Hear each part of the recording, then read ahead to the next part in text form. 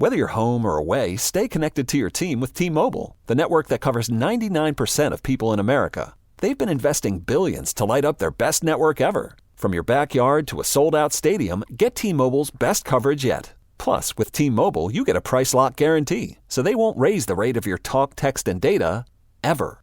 There's never been a better time to switch. Visit your local T-Mobile store today. Coverage not available in some areas. Price lock exclusions like taxes, fees, select promos, and third-party services apply. See T-Mobile.com.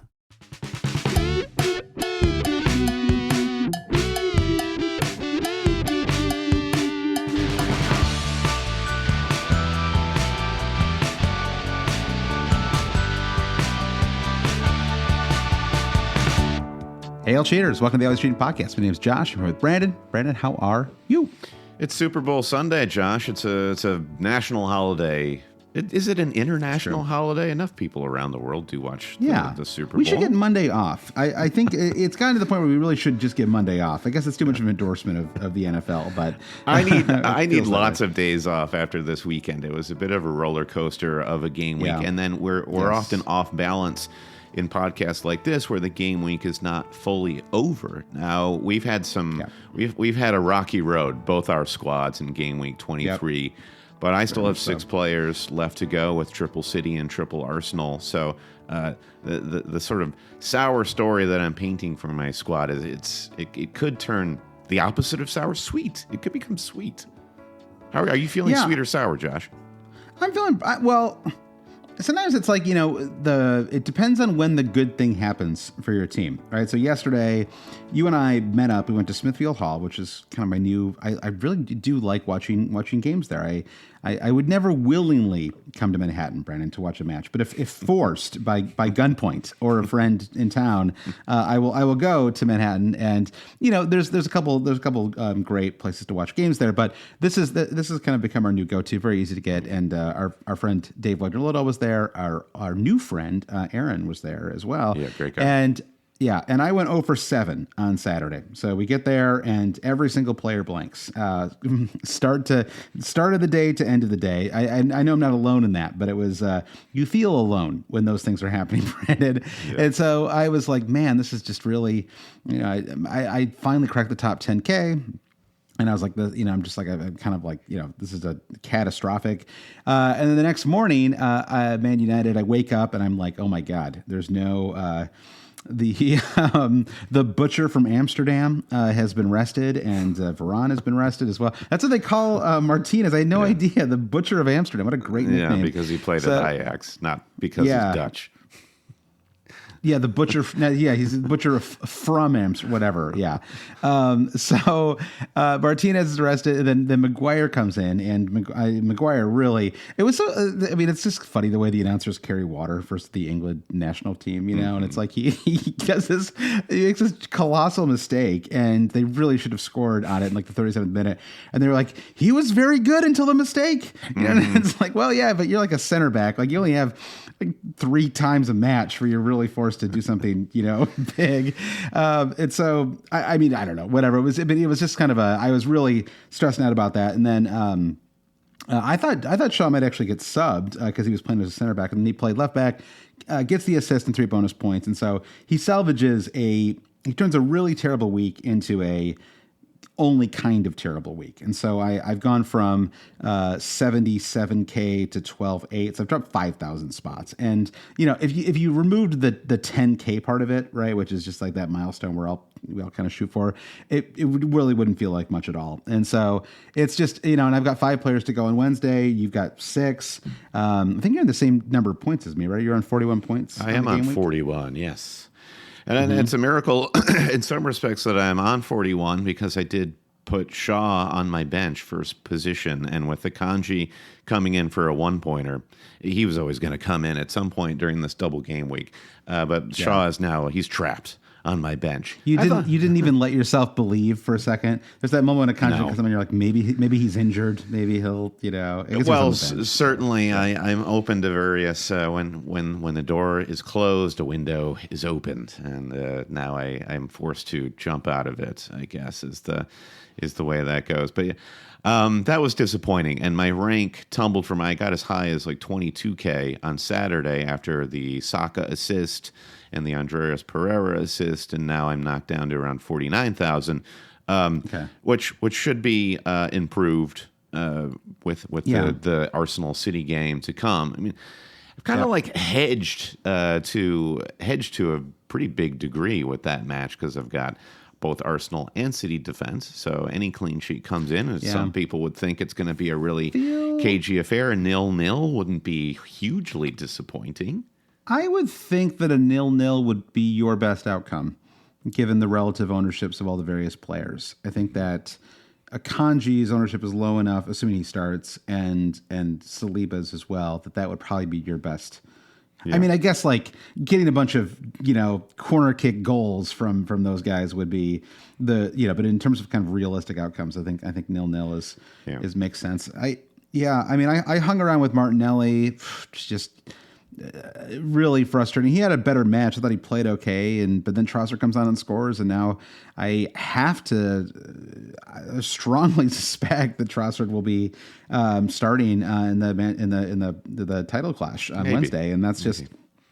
And if that happens, then that's fine. I mean, Trossard's not going to play the full 90, and Martinelli won't get subbed in. So we'll see. And like you just said, I mean, the range of outcomes for that match on Wednesday are all over the place. I think that it's. I think a 0-0, 2-2, 2-1, whatever. Like, it feels like I could see a lot of different things happening in that one. We'll see how cagey they've already kind of played the cagey match. They played the 1-0 FA Cup match. So I want to see a different kind of game. I mean, I think Arsenal I think it was when they played Man United. It was either Man United or Spurs a few weeks ago, and that was a match that I thought could be cagey. And then Arsenal were just like, we're gonna come at you, all guns firing right at the start of the match, and just kind of blitz them, and that it worked. And so I think that we might see. I think it was the Man United match. So I think that they will, really go all out. And based on what we've seen from Man City, I mean, their defense has been rotating so much, but you'd expect Arsenal to score in that match. I mean, I don't know. It's like. Poor Ederson, it's a rotating gang of 12 to 13 defenders. All really makes no sense to me. I guess like you could go through Pep's thoughts and be like, well, this guy's left-footed and that guy's right-footed. This guy presses well, and this guy, I don't know, inverts all right. But it's Diaz was so bad in the first half that he got subbed. Did you watch that first half and think, man, Diaz must get off the pitch right now? That was a couple of good challenges. Maybe he was present on set pieces. It's like, no, Diaz is fine. It's hard to tell. We have so little evidence to go on with Laporte and Diaz this season. It's weird, and it's not like I don't know. I think that at City with so many top tier players, they're making these moves probably based on heart monitors under their kits. And numbers that the bean counters are coming up with. Us plebeians with our eye tests, I'm not sure that we know what we're doing. I think Pep's having a rough stretch right now. He's not. We're not seeing the best version of him. I mean, he was going at Gerrard a little bit, making fun of the Gerrard slip, and I'm like, dude, you gotta ease up for a week or so. Let's kind of lets the veil slip on the Abu Dhabi ownership stuff. It's like, come on, you gotta. Let's just chill out for a minute here, talking about the past. And here is the thing. Here is a thing that I think people don't understand when they talk about like what wealth buys, right? What wealth buys, it's like you're not buying robotic players who are just, highly rated and will just plug a hole for you and give you all this depth. What you're buying are players who are so good because they have so much fire, and that extends to the manager as well. Like so, of course, this is what you'd expect from Pep. This is what every club wants, right? Is like someone who's like this. Even though Pep's kind of losing it this year, but he's won tons of titles. What is he won 3 titles at Man City already? Like it's he hasn't won the Champions League yet, but it's. I don't know. It's like so. Well, what's the difference between Pep's fire and say Nathan Jones's fire? He's quite passionate. Well, Pep's successful. I mean, it's like Pep like loses one game and we all come down on him, but clearly his record speaks for itself. And maybe you'd want a couple more Champions League wins in there, but he's clearly a brilliant manager. And I mean, the fact that he tactically is just doing some really crazy stuff right now. It's sort of I wouldn't say that typically it works, right? And outside of not playing a defensive mid in the Champions League final, but that's a discussion for a different kind of pod than a fantasy pod. I think Pep has some blind spots, Brandon, and so do we. Yes. And I wanted to start off this pod talking a little bit about FPL blind spots. And the biggest one for me, and I think maybe this is one you share a little bit, maybe to a slightly lesser degree, is Riyad Mahrez. I really struggled to bring Mahrez into my team. If I had simply moved Bruno to Mahrez without taking a hit, I would be like in the top 5K right now. It was it's a 14-point mistake that I made. I mean, at least right now. We'll see what happens in the second leg. And I got a little bit of tunnel vision about bringing KDB in this week. I just really, I felt like he had been rested. I thought he would come and play with the fire. I actually thought he played quite well today, but someone was joking on Twitter when I was talking about how I should have gone Mahrez and said that I bought a 12 billion Casemiro. And unfortunately, that does seem to be the case. He's not even taking shots anymore. I don't think Kevin De Bruyne has had a shot on goal. Actually, I guess he had one last week when he came on as a sub, but it feels like he's not even close to the box anymore. It's all like deep lane playmaker stuff. So I do not think that he played well today, apart from a couple of key passes that he made, but he's a real shadow of his former self, and I think that could even be true if he did have a good match today. And Mahrez, there are managers who probably went Mahrez because they couldn't afford to get De Bruyne, and it looks. But there are managers who are clearly smarter than us who said, "Why? Maybe I have the money to get De Bruyne, but why would I get him when Mahrez is in form and he's that much cheaper?" So that is it's a blind spot, and all the talk about which defender to get and everything around City it's always contaminated by this fear of rotation. And I guess what we're seeing with Mahrez is there's really no one to rotate in for him if Pep is not going to play Alvarez on the right, which maybe just doesn't make sense. If Jack Grealish could shoot, then De Bruyne would have had a good match today as well. I have to say, Grealish missed a couple golden chances. I mean, that volley is a difficult shot, but still, that's a great chance. And then he played him through on the left one time too, and he missed it. It was a difficult angle, but he still probably should have a better left winger. I shouldn't say better. I don't know, more accurate left winger. But I'm with you. I'm not. So Mahrez, I think, has that spot locked up. Apparently, Foden is now Mahrez's backup. I don't really understand.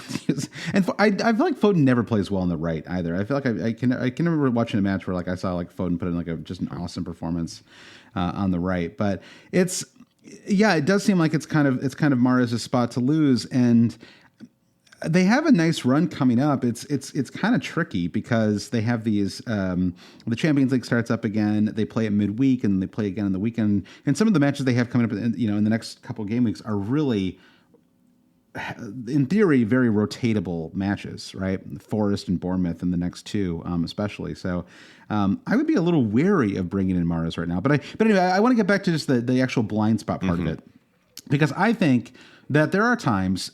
I think in general, if you've been playing FPL for several years, you learn, okay, I want to make this kind of, there's a lot of strategy stuff that you, over time, how to play your chips, how to manage your transfers, how, whatever, like you sort of find your style and find your strategy. And, there's certain things that we've all sort of learned. But I also think there are times when when you've been playing for so long, you start to develop really strong opinions about particular players or squads. And it becomes very hard to undo those opinions. And, it's like, because if I was just playing fantasy for the first time this year, I'd be like, well, there's this guy who starts on the right for Man City, and he plays in every match, and all he seems to do is score an assist. And he's also like one of the cheapest guys you can get in the squad.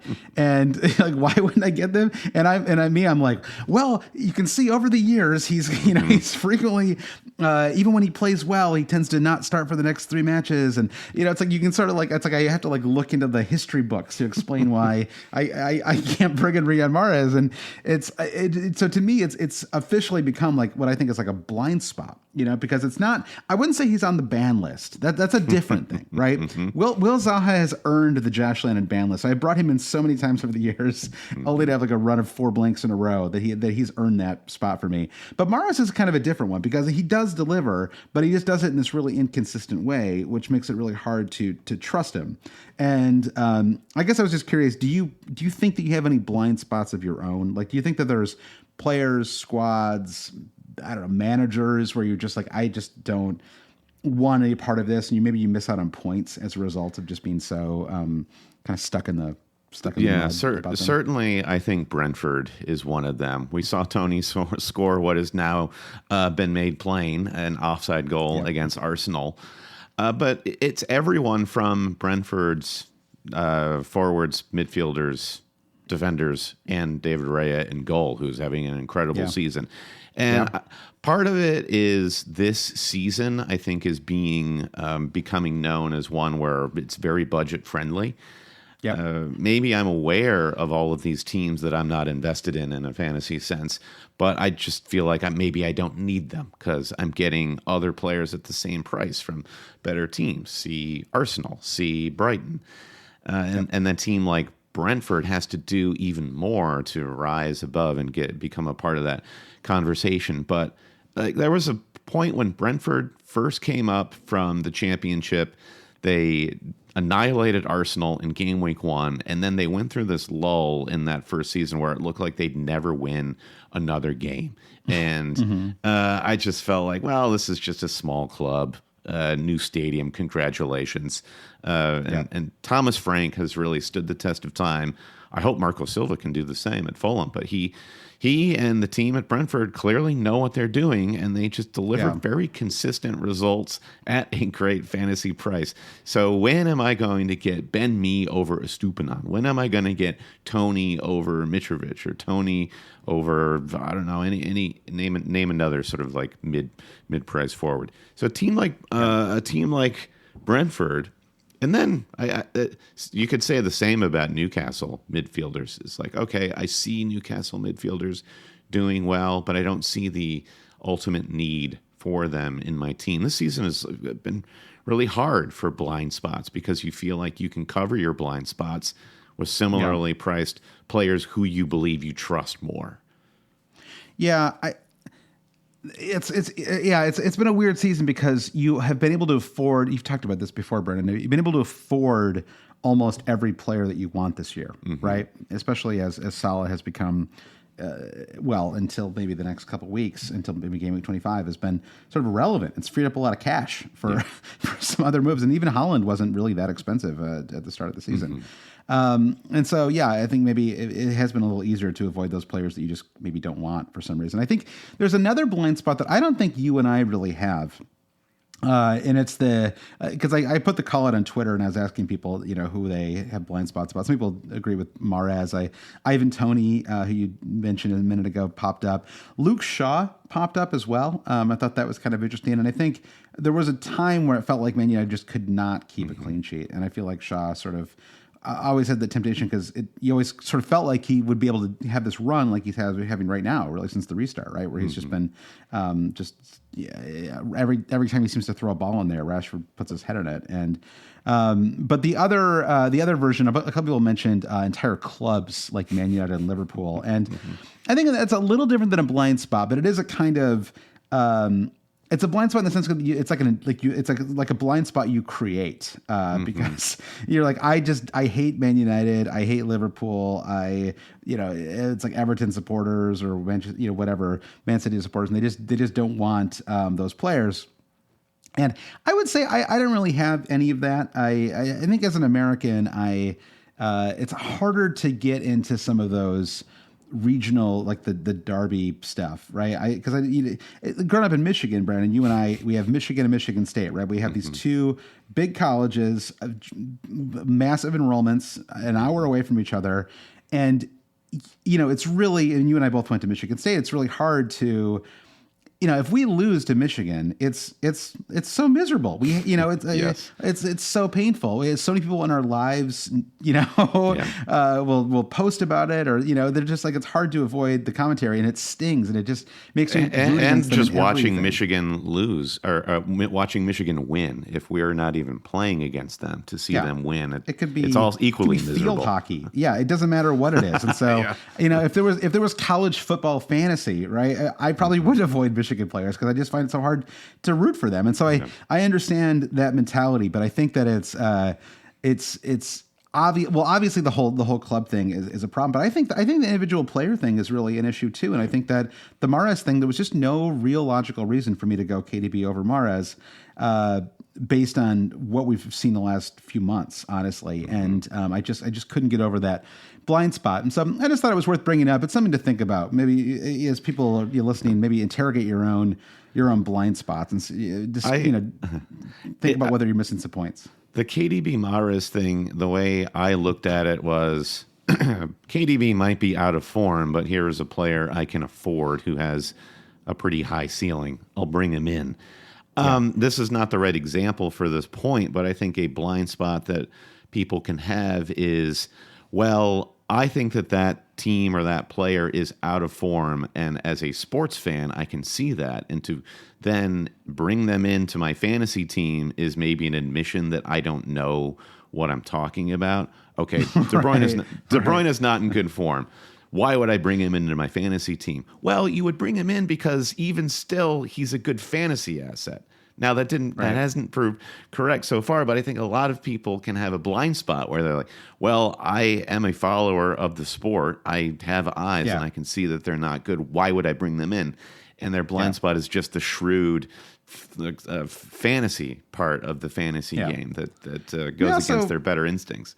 We also didn't know that Mahrez would steal the ball off Holland and take the pen there. That was Pep actually said after the match that he did not want that to happen, that Holland is the pen taker, and that shouldn't have happened. Genuinely don't understand how that could happen. Like, Holland needs to, maybe that was part of Holland's dead leg, or this is now like Pep's pissed that Holland would let that happen. He's bigger than anybody on that pitch. Yeah. How can he let anyone dictate what's happening in that situation? I don't know. Holland is really not at his. He has not been at his best for a solid month or so. I mean, he's kind of anonymous, and I guess he got an assist today, but beautiful assist. Yeah, and that was. Yeah. I feel like that would light a fire in Pep. Be like, he has been asking Holland to unlock other aspects of his game, and the way Holland created that space to make that cross was really great. And disappointing. There were some that he triple didn't caps in there. Yeah, but there were a number of. Holland's effective ownership was over 200%, right? And so if you captain a player, you have 200% effective ownership, right? Because it means you own them twice, basically. Mm-hmm. And if you triple captain them, you have 300% because you own them 3 times that week, right? Because all their points are tripled. So his effective ownership was like 203% or something like that this week, right? So there were certainly quite a number of people who did triple captain him this week, and getting that assist and then having him sub to halftime, that has to be really painful. Yeah. But I think he will be back for midweek. I think that's most likely. That it's just such an important match that I think we will see him. So, and just quickly looking ahead here, Brandon, I did want to just note there are some double game week updates that have come since we dropped the last pod. Actually, the game week 23, I don't think those are. Game week 25. I don't think those had been official when we recorded last Sunday. So we have double game weeks in 25 and 27 as we continue to. As the Premier League continues to process the Queen's passing and the rescheduling that's been traumatic all season long. Yeah, it's gonna affect the entire Premier League season. Arsenal have Leicester and Everton in game week 25, so Arsenal now have a double. So it's this unusual week where 4 teams don't play and 4 teams play twice.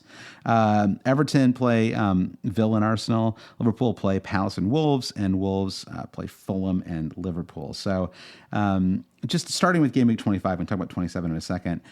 My feeling at the moment, Brandon, is I'm going to be full avoidance mode for Fulham or for Wolves. I won't be at Fulham too, but fully avoiding Wolves. Liverpool is. Let's see what happens in the derby tomorrow. Everton. I brought in Tarkowski as one of my transfers this week, and so that's probably the only one player that I plan to have. And then Arsenal is actually interesting in my case because I still have Martinelli, and so there's a strong chance I just burn a transfer to change him into Saka because I am just very worried about how much he's actually going to start moving forward. What about you? How do you feel about these doubles? I don't disagree with you on any count. Triple Arsenal. Part of my confidence going into 23 is like I've recalibrated to get probably the three best Arsenal assets. An Arsenal defender, I happen to have Saliba. Yep. I think you can sort of like exchange that for a number of other guys, Saka and Odegaard. Sure. Yeah. So I'm covered for 25. I'm with you. If you didn't already have Saka, that would become a priority because it just feels like the flywheel is spinning, as they say with Saka, and he's going to continue to just become the biggest points getter for that team, and Martinelli will probably fall away. I have some feeling that Arteta will start Martinelli against City just because it is such a big game. He will want, his first squad that has been drilled so hard through the season. But Trossard has looked good coming in. Everton, agreed. A defender, no attacking asset for Everton has really deigned to come to the fore. Yeah. Liverpool, again, I agree with you in that I just want to see more. Given what we just said about blind spots and the trap that we fell in with Kevin De Bruyne versus Mahrez, if I could just get a little bit more information on, like, is Liverpool really that bad? They probably are in that bad of form at the moment, then I want to be wary. The guy that seems to be picking up a bit of a bandwagon is Darwin. That is just true wishful thinking ahead of game week 25. Salah might mean that we're just like the old guard and we want to go revisit the past with this guy and captain him in a double. With Wolves, I have one question for you. Having just gone through that with KDB, I'm like, oh no. Yeah. Right. Is it just going to be deja vu? I have one question for Wolves because we were talking about our mutual ownership of one fullback, Bueno, for Wolverhampton, who is continually losing minutes to Aït-Nouri. Now, when the slate of fixtures began yesterday and Bueno wasn't started, we decided, well, Bueno's more or less a blank for game week 25 because he's lost his starting spot. Then he comes in at halftime to shore up Wolves, and they end up winning the game. Where are we on the Bueno heat check in the meter? I don't know. I think he's a key. I think it's probably. Tough. I think it's tough because they play Bournemouth at home in 24. So I don't know if I'm going to start him, but I will probably put him first bench. It's kind of a tough one. So I think that Bueno is at the very least. If he starts in 24, then I'll start him in 25. And if I did that, actually, that would make things easier because then I could just hold on to Luke Shaw. One of the reasons I was planning to drop Luke Shaw was because I in my squad right now, I only have 3 players who don't play in Game Week 25. And Marcus Rashford, Luke Shaw, and Trippier. And I really don't feel like dropping Trippier for obvious reasons. He's been absolutely terrific. Just because he's had this tiny little spell the last 2 weeks does not dissuade me from him at all. And so if I did that, then if Bueno is a starter again, then I can sort of focus on other moves for 25. I don't have to worry about fielding. And maybe that's honestly for the best anyway. You can make an argument for just having 10 defenders for these blank game weeks and that really burning 4 points to bring in. I mean, okay, you bring in a 4 points to bring in a Wolves defender or any of them really. I mean, maybe Everton's okay if they can keep Villa out, but Villa are actually playing reasonably well from an attacking perspective. But like if you brought in a Wolves defender, they play away to Fulham, away to Liverpool. They're probably conceding 1 or 2 goals in both those matches, so it doesn't feel hugely useful to burn those transfers or even to burn transfer on them. These doubles happening in 25. Well, like you said, a week ago, all we knew really was about the blanks in 25. How are we going to field a full 11? What these doubles kind of offer you is a way, if you were only going to have 10 players to start, use one free transfer on a doubler, like, say, Tarkowski, who's very cheap on Everton. And suddenly you have effectively 11 starting players because Tarkowski would play twice. So it's kind of an out. And I wonder if the move in Game Week 25 is now not taking transfer hits because you can kind of get out more players than we initially thought through these doubles. And I think there's going to be a number of people, whether they're ghost teams who aren't active managers anymore, who are not going to have full squads that you can just immediately leap over in overall rank, or some other more strategic active managers who just feel like it's not worth hitting Game Week 25 super hard. It's tricky because the 27 is another. I think both these game weeks are thankfully we must all have 3 Arsenal already because of the 23, and so that makes things kind of easier. And then it's sort of how many Everton, Liverpool, Wolves players do you want to gamble? We'll talk more about 25 next week. They also announced another series of double game weeks in 27, and I would say for 4 teams doubling, this is about as bad as as a quadruple of. You have Palace, who play Man City at home and Brighton away. Terrible fixtures. Just, I think given their form, it's just like neither one of those is very good. Southampton just sacked your favorite manager, Brandon, Nathan Jones. He's came and gone in about 6 weeks. About the worst hire that I've ever seen in Premier League history. Truly. I mean, he's up there with Bob chaos. Bradley at Swansea. Yeah. I always felt bad for Bradley for that one. Like that was he shouldn't have even been hired. And you can't say no. And so Southampton away to Man United, home to Brentford. Not bad, but again, why would you have a Southampton player? Just given how they played. I mean, there's just they're just having a really rough season. Bednarak with one of the worst or clumsiest own goals. Just to watch his OG in slow motion from against Wolves yesterday. It's really sad. I haven't seen that. I need to go back and watch that. I was too focused. There were too many important matches on. I didn't catch that one at the time. And Brighton, they're the ones that I guess will be. I mean, there's a good chance where Matoma of all players, like no one. Could you have named him like in November? I don't but Matoma is suddenly going to have like 176% ownership in game week 27. Everyone's going to bring him in and captain him, I think. Yeah, I think Brighton have an incredible double here, Leeds Palace.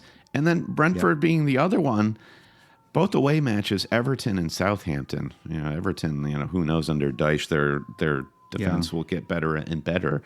But Ben Mee is going to be a huge bandwagon going to 27. So it's like it's a low grade double, but I think it's one for it's one to really go for after Brighton and Brentford blank in 25. I expect I'll be spending virtually all my transfers on Brighton and Brentford players.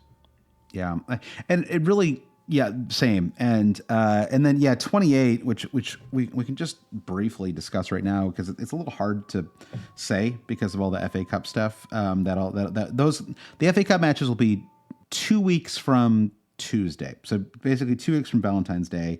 Happy early Valentine's Day to you, Brandon, and to myself, honestly. Happy Valentine's to me. Thank you, Josh. Very, very. He didn't say it, so I had to jump in. I had myself on mute. There's a fire truck off in the distance, so I'm trying to make myself scarce. But yes, thank you for bringing some romance to Always Cheating, and I return the wishes, quite welcome, Josh. Brandon. And so if you end up bringing in all these Brentford and Brighton players, they all blank in 28. So in Liverpool as well. So it's really going to, in Man City, have a good chance of blanking in 28 too. So the more and more I'm thinking that 28 may just be my free hit. Like I don't want to deal with. It kind of depends. I don't want to get too. The real problem is that we have a game week 24 in front of us, and it's very tempting with all these doubles and blanks to spend all of our time kind of ignoring the one in front of us and talking about this. But the reason that I would maybe not free hit in 28 is is there enough upside to free hitting, right? Like if you're going to free hit and all you're going to do is bring in a bunch of players who are most likely going to blank anyway, or teams that aren't very explosive.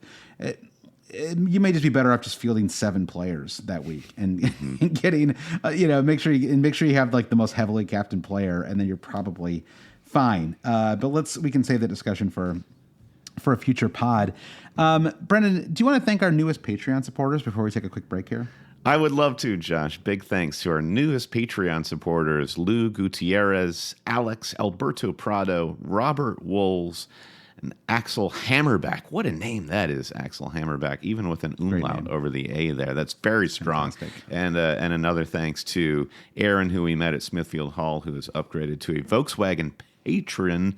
What is a Volkswagen patron, you ask? Well, please do visit us at patreon.com/alwayscheating, where there are various levels of support depending on how much you care to give and what you want to get in return. Everybody who becomes a supporter of the pod gets more FPL content in return, whether that's access to our new Discord chat forum where there's always activity happening, people rating your fantasy teams. You can talk directly to me and Josh. You can talk about other stuff like movies and food, etc. It's very fun. We also do an extra podcast every Thursday for our Patreon supporters, and you get t-shirts and other cool swag at the higher levels, like our friend Aaron. So visit us at patreon.com/alwayscheating. Josh, so shall we take a quick break here and come back and focus on that game week that is in front of us, as you mentioned, game week 24? Let's do it. Hey there, listeners. Did you hear that a Lionel Messi trading card recently sold for over $500,000 on Golden Auctions? Golden is the leading and most trusted destination for some of the most significant pieces of sports and pop culture collectibles, and better yet, it's not just for those high-ticket items. Golden's new always-on marketplace and weekly auctions start at just $5. That means collectors of all kinds can enjoy the same quality, convenience, and seamless user experience that Golden is known for. Whether you're looking to buy, sell, grade, or vault, Golden has something for everyone. It's your one-stop destination for the love of collecting. Hey, let me put it to you this way. Over the 3 most recent market crashes, sports cards have held a stable value. While the S&P 500 fell by an average of nearly 17%, bonds took a small hit, sports cards actually saw overall positive returns. Looking to sell a collectible? Now is the time to do it. Sellers receive up to 50% off marketplace fees for items that sell before February 17th. So head over to golden.co to get started. That's golden.co, GOLDIN.co. If you rang in the new year with someone special and 2023 will be a new chapter in your relationship, Indochino is ready to help you look your best on your big day. Indochino gives you everything you need to create a custom suit that's right for you. Shop online by setting up your measurement profile and choosing the fabric and customizations that you want. Prefer an in-person experience? Well, book an appointment at an Indochino showroom and work with an expert style guide to take your measurements and walk you through your customization options. Then just sit back while your suit is made and then it's delivered right to your door. If you're ringing in 2023 with wedding bells ahead, start planning your custom look with Indochino. Go to Indochino.com and use code BLUEWIRE to get 10% off any purchase of $399 or more. That's INDOCHINO.com, promo code BLUEWIRE.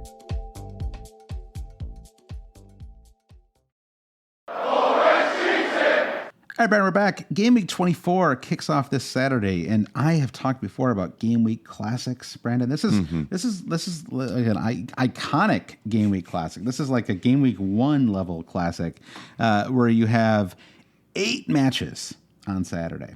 Early match, a meaty 6 fixtures, all at the what is our 10 a.m. window here on the East Coast, and then a final match, which is a real doozy, I think, Brandon. Newcastle Liverpool. I'm really looking forward to that one. Is it a passing of the torch? I don't know, Brandon. I was thinking. We'll see. I agree. I'm really looking forward to that. I was just thinking this morning, like I have not seen a lot of Liverpool on TV this season. Yes. Mostly because I haven't had a ton of fantasy interest, but they've just not really had these isolated fixtures like they'll have against Newcastle. I know. It does feel like since the restart that I kind of feel the same way, where we all kind of gave up on Mo And then after that happened, the team was just kind of a bummer. Like, I didn't watch a minute of that Liverpool Wolves match last week. I caught some, the highlights later, but so that'll be a really fun match. And then on Sunday we have Man United Leicester and Spurs West Ham. So I feel like whenever there's a game week classic, you always get a Spurs match on Sunday. Spurs own that Sunday, maybe because they're often in the Europa League. I don't know, but they really own that Sunday spot. So and then West Ham are a little resurgent, so that could be kind of a fun match. And Man United Leicester, well, that'll be fun too. I mean, I think that you could. Okay. Here's an opening question for you, Brandon. Mm-hmm. I actually have a few questions here, but I'm gonna add a bonus one, which is Erling Haaland got a dead leg. We've all been there. We've all been dead legged. He will probably play at midweek. Chance he doesn't start on Saturday, but they play Forest. So, would you consider captaining Marcus Rashford at home to Leicester over Erling Haaland away to Nottingham Forest? God, it is a good question. Yeah, you have to consider it. One must. I mean, Rashford's form, and this is coming from two podcasters who both triple captain Marcus Rashford in 23, so it's not like we're non-believers. We believe in what we're seeing with their eyes. So, God. And Marcus Rashford owns Old Trafford right now. When they play at Old Trafford, he scores. Money. That's just the form that he's in. Yep. Yeah, the rotation with City is a real fear. And, Pep is a fan of Alvarez. I think this is a perfect opportunity for him to bench Haaland to get him right ahead of the Champions League run that they'll hope to go on. Yep. God, yeah. I'm doing it, Brendan. As we're talking here, I have just done it. I have made Marcus Rashford my Game Week 24 captain on my bus team. So, it's a wait. Let me join you. Let me join you. Okay, let's do it. We're doing it. We're doing it together. To pick team. Yeah, I currently have Harry Kane is my vice captain. You know what? I'm going to keep the vice on Harry Kane, and so Haaland gets nothing. That's really the thing is if you're not gonna captain him, there's an assumption that there's a good chance he's not going to start the match, right? Or maybe not play at all. I mean, the thing is, it looks more courageous now than it will this weekend when he plays 0 minutes, and everybody just ends up with Rashford captain anyway. Or more courageous now when come the deadline, we have both captained Erling Haaland. Yeah, exactly. I think that if he comes out and plays 90 minutes against Arsenal, I think there really is a good chance that he doesn't play. They don't have their Champions League doesn't start until the following week, so it's not as crucial for them to rotate on Saturday. But again, it's Sunday, Wednesday, Saturday, so this will be the third match in a week, and they already just took a Haaland off at 45 minutes for fatigue or dead leg, whatever the real issue cowardice is. In a penalty situation. Cowardice in a penalty situation. They took him off to recover, restore his ego or something. So, he doesn't seem like a man who suffers from ego problems, Brandon. But who knows? We all have the long, dark tea time of the soul. Especially in February. That's happening. That's especially in February. That's right. So, I think that so we've just done our move, and I think that I feel pretty good about that, honestly. And Forest have played reasonably well too recently. They're not the pushovers. I thought they played. Well, they had that. Okay, here's where I'm going to get scared again of not captaining Haaland, because Forest subbed 2 of their center backs 10 minutes into the last match, which is a little worrisome. They got throttled by Fulham. Fulham were just electric at the Cottage, but more. You can't really deny, on the aggregate, Forest's form since the World Cup break has been good. Anybody comes up against Fulham, they're going to get that kind of treatment. Yeah. I think, Mitra really had a great chance, and it's so frustrating. I thought he played okay in the match, but I've got nothing from him. Yeah, absolutely nothing from him since horrible luck. Horrible luck. Yeah, just nothing. Yeah, absolutely nothing. And so he's. I mean, one of the reasons I'm looking at Darwin for 25 is honestly just to get him Mitra out of my team. It's just. I just don't. I mean, I just don't want to deal with it anymore. I don't think I'm going to start him in game week 24. It's just. it's really a frustrating situation. So anyway, so that's game week 24. A couple of notes as we go through this, and we've got a couple of questions as well. The Champions League begins the following week after game week 24 for Chelsea and Spurs. So if you were considering maybe bringing in a Chelsea player, you have to give yourself a little bit of pause there, because I think that there's a chance we could see a little bit of rotation. I'm not sure anyone was really considering it because of all the doubles and all that stuff, but it's just something to keep in mind, that we could see a slightly rotated Chelsea squad for that match. And Spurs, I mean, I don't know. Is anyone really, after that Leicester match, is anyone really looking at anybody outside of Kane? Not really. It's just Kane. It looks like Bentancur is going to be sidelined, and he's been a secret force in their midfield when he's fit. I think that's a pretty big loss for them. Yeah. So Spurs are probably going to lose some wind. I feel like there's going to be some tension with Conte and the squad after that match too. That Leicester one. So, but just something to note. And then the next week is when the Champions League matches will take place for Liverpool and Man City. It's kind of funny to think of Liverpool just because they've had such a rough season, but they can still win the Champions League. Why in not? theory. I mean, why not? So the other question I had, we sort of talked about this with Holland a minute ago, but is game week 24 something of a trap game week for Arsenal and Man City assets? Arsenal are away to Villa.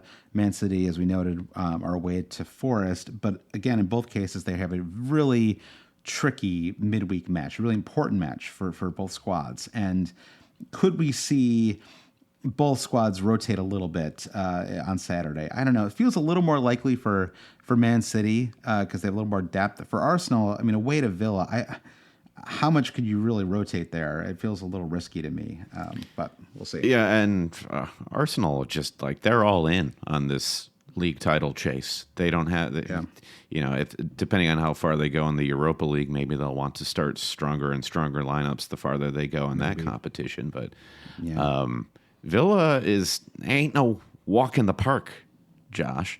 And Unai Emery, Arsenal will want to give him a little taste of what he's been missing from his days there at the Emirates. Now, I don't think it's as much a trap for Arsenal. And if Arsenal do, say, drop points or lose to Manchester City, it's just like every Premier League match is going to be hugely important for them. Yeah. I think that they're we'll see. I think that we could see if Martinelli starts at midweek, that probably makes it. I think eventually Trossard will get a start just to get some minutes. So if Martinelli does get another start, maybe, or vice versa, if Trossard throws a midweek, you'd probably see Martinelli back there again. Because I don't think that that Arteta wants to be in a spot where Martinelli's confidence is really dipping down the stretch. I think that he's still very much first choice. I mean, they just gave him the big contract extension, and I don't know that I will see him drop, but I think that with City. I mean, we're seeing Pep rotate even in important matches away to Spurs, right? So it's like, who knows what?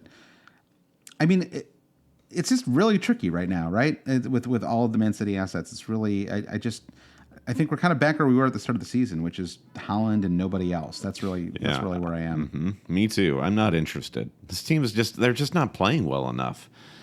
Yeah. Mahrez is, our blind spot. Mahrez is kind of intriguing now in that he is one of the more stable ones, but more importantly for Mahrez, he just gets points. Okay, so if Mahrez misses one or two starts, at least when he does start, he's very likely to get points.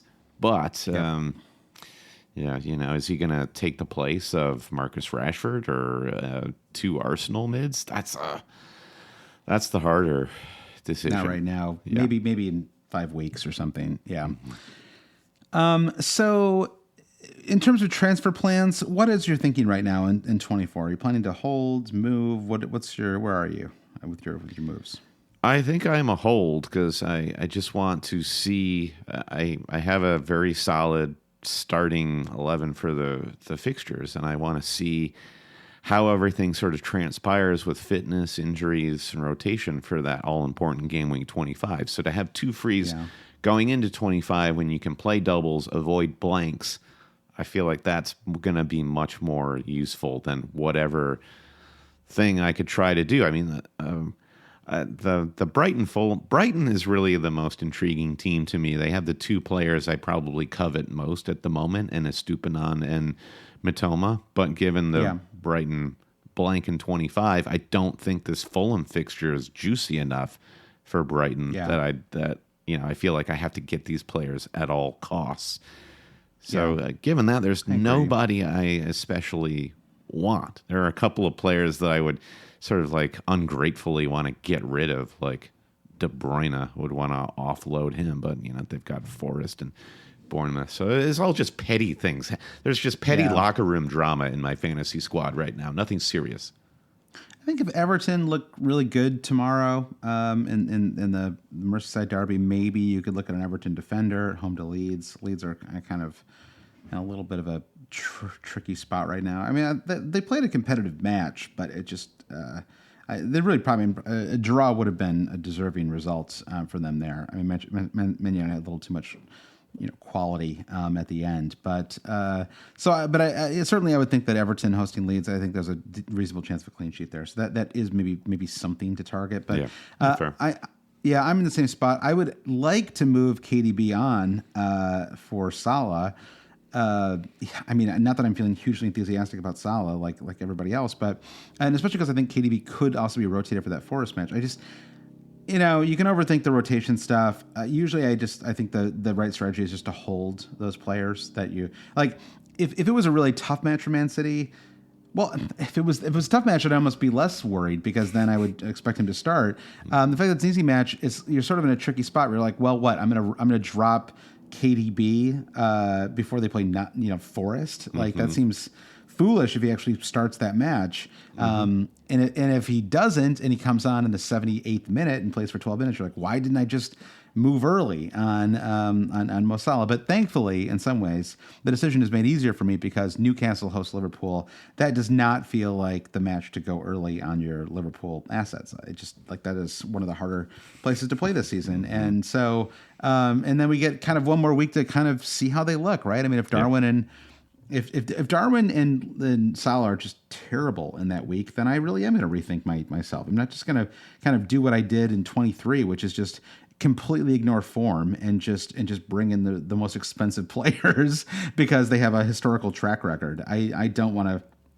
be caught making that same mistake twice. I want to really evaluate my own blind spots when it comes to the double game week. And maybe there's someone in Everton who looks awesome the next 2 weeks, right? McNeil got the assist a couple weeks ago. Maybe there's somebody who's like unleashed as a result, or maybe Dominic Calvert-Lewin gets a clean bill of health and he's like, absolutely ready to go for game week 25. I would consider him as well. So it does feel so. I guess it's like a long way of agreeing with you that I think it's a good week to evaluate and a good week to sort of hold that transfer if you can, as long as you have no major issues that crop up injury wise. It is so true. Dominic Calvert-Lewin is kind of the most important fantasy asset for the next couple of weeks because that third striker spot is probably our most flexible one. Flexible insofar as you've probably got a third striker who you could take or leave. A lot of us are kind of wedded to, even if you're playing a 3-5-2, if you've got five midfielders, you're probably married to all five of them. They all sort of serve their purpose, from Andreas Pereira to Saka. They all have their little place. So, like, if Gray for Everton hits some red hot form and starts playing more, who am I going to drop for him? So Calvert-Lewin just has that opportunity. Yeah, a Mitro and a Lewin move would be kind of fun. I mean, if Lewin is healthy enough to start, tomorrow, which I think he's definitely a doubt for that match, or he's healthy enough to start this weekend, an early move to bring in to turn Mitro into Lewin wouldn't be a terrible move. I think you can make a strong argument for that. I love this new dubbing him Lewin. Like going I don't know why I was doing Lewin. that. Yeah, this is like when I call Wilfred Zaha Will. It's like I Americanize these guys. All right. Couple questions. Two to be specific. El Fat Boy says we wanted to focus more on details than questions in this video. This is not a mailbag episode of the podcast, Bram, but we got two. And we opened up the mailbag and selected two letters from the mailbag. El Fat Boy says, "Am I the only one keen to have Salah for the double just for the make fantasy fun again element? If he scores tomorrow, then I'm definitely doing it." Mm-hmm. Fair.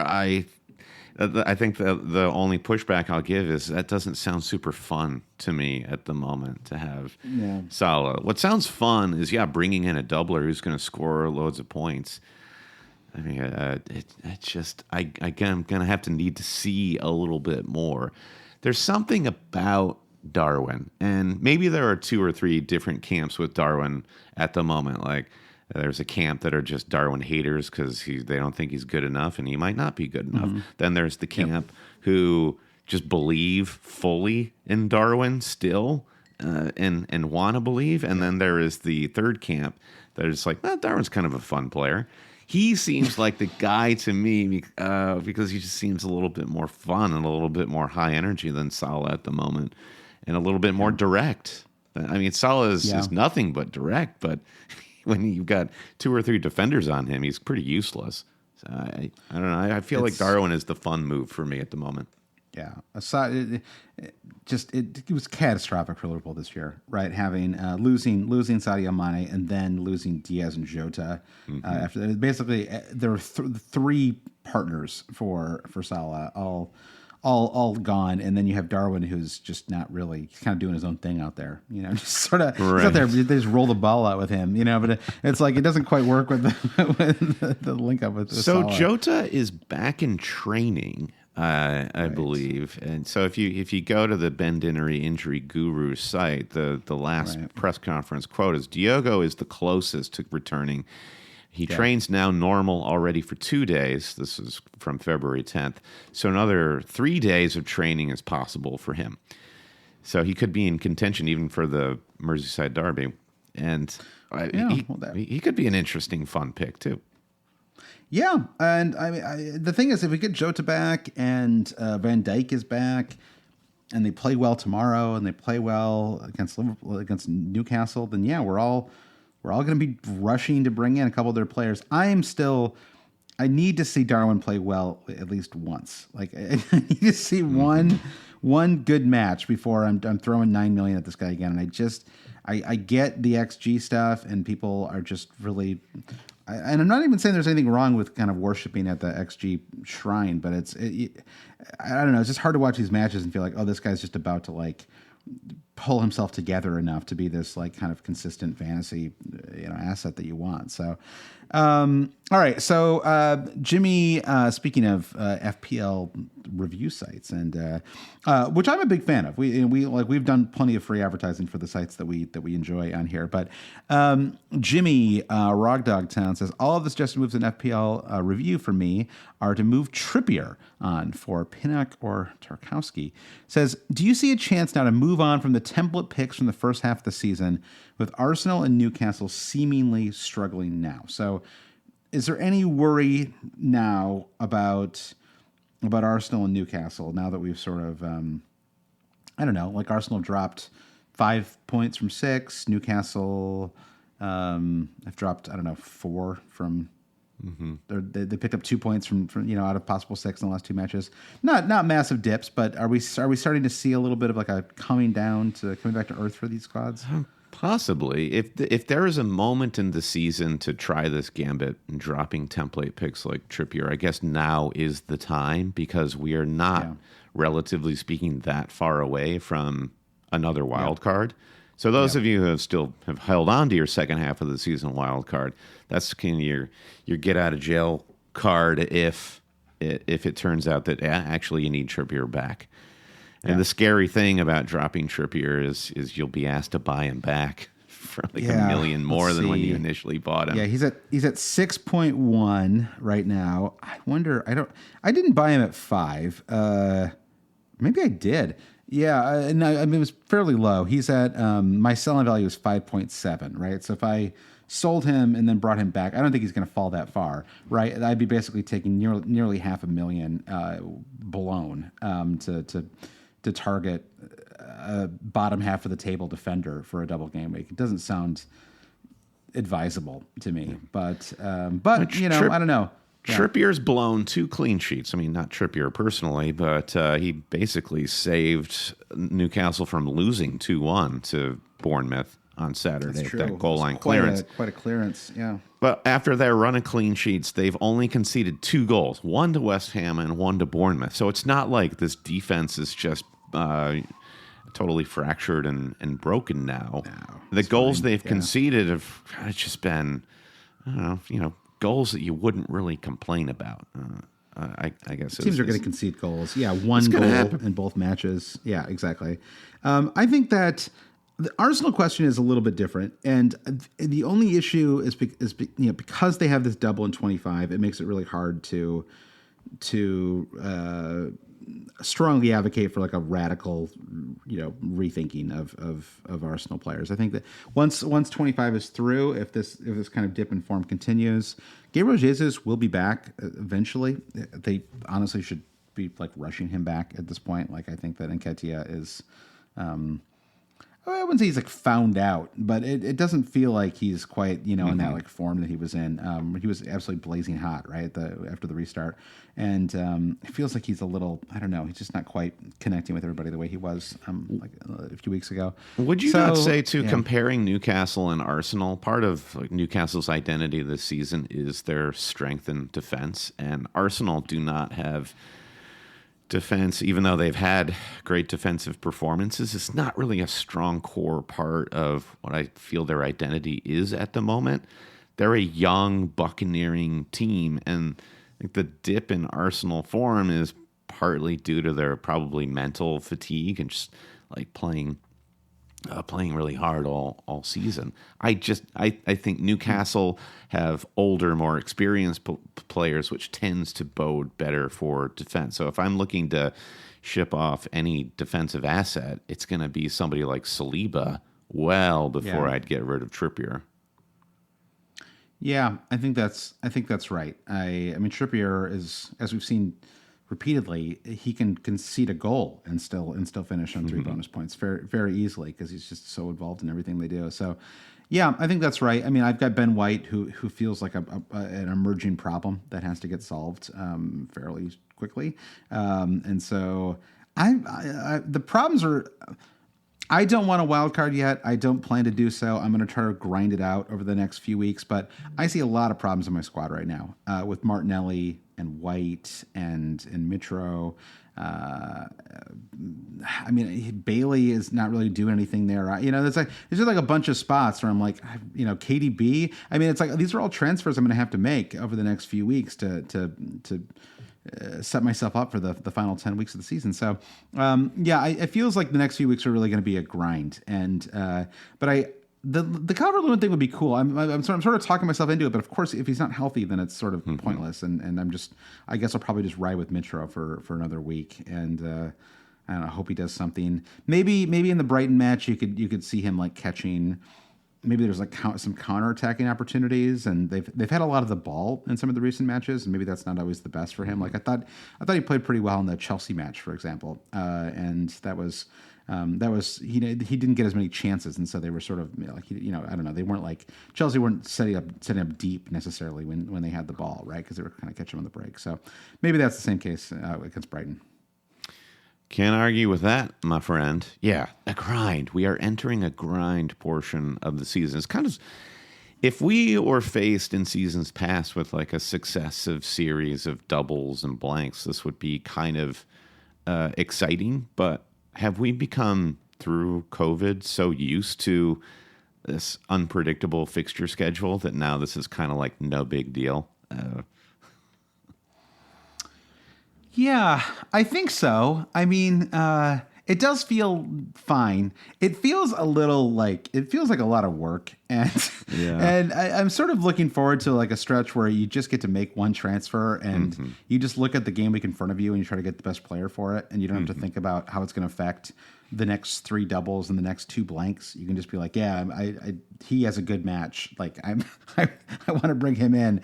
And I feel like right now I can't really do that. I have to sort of do all this kind of, and I say that like, I mean, of course I don't have to, but you do have to, because if you want to continue to do well, then you need to be doing long-term planning. And it's just not, it's it's all like, it all pays off, and it's very satisfying as it starts to work. And the problem is you don't even necessarily realize that you've done all this work when it actually happens in real time, because you've laid the groundwork several weeks before. And so it's like you have to kind of remember, right, all these good things are happening now with my overall rank because I did all of this planning a few weeks ago. And so anyway, it's going to be a tricky one, but Game Week 24 is a good time to stop and take your breath.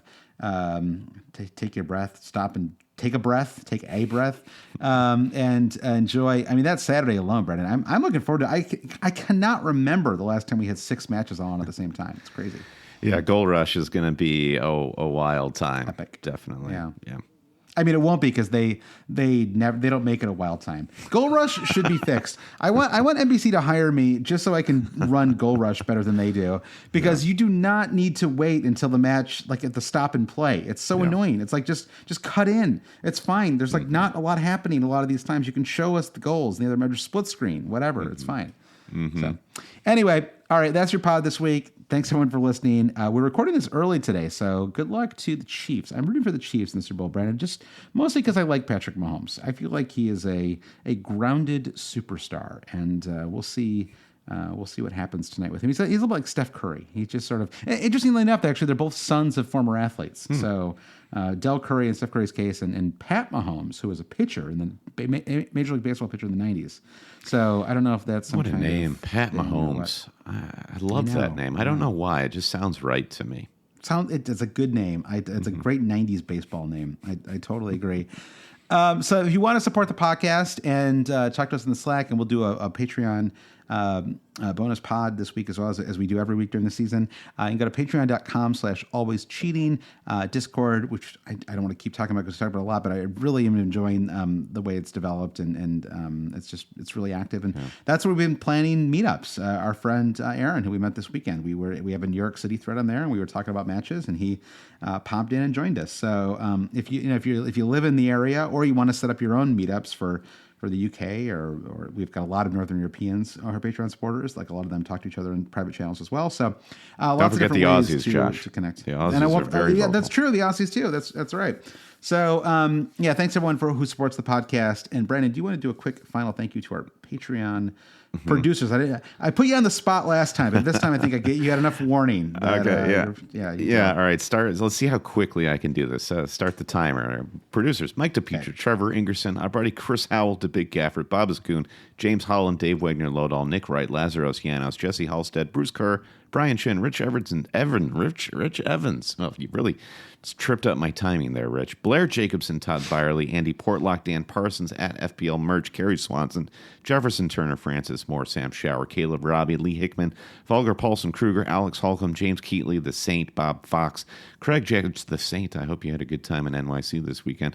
Craig Jackson, James Conroy, Shalin F. Kadakia, Terrence O'Donnell, Paul Hertzig, Heath Cram, Roberto Morals, Thomas Tislov, and I hope you win that cup, Thomas.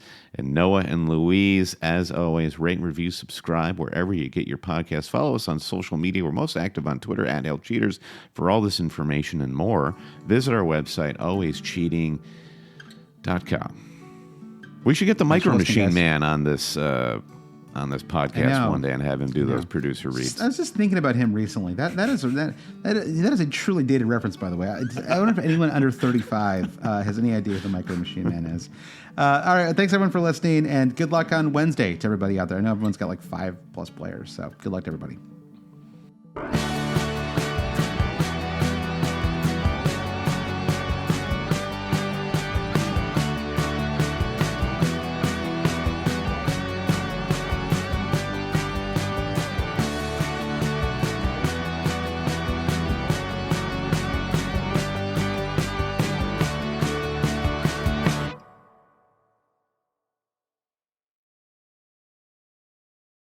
With any dream, the wind won't always be at your back. The sun won't always be shining, and some rain is going to fall. American Family Insurance is like a good, solid roof that you can trust to protect your biggest dreams. With plans that could save you up to 23% when you bundle your home and auto. Also, you can continue to dream fearlessly, no matter what comes your way. American Family Insurance. Get a quote or find an agent at amfam.com. Visit amfam.com to learn how discounts may apply to you. American Family Mutual Insurance Company assigned its operating company, 6000 American Parkway, Madison, Wisconsin.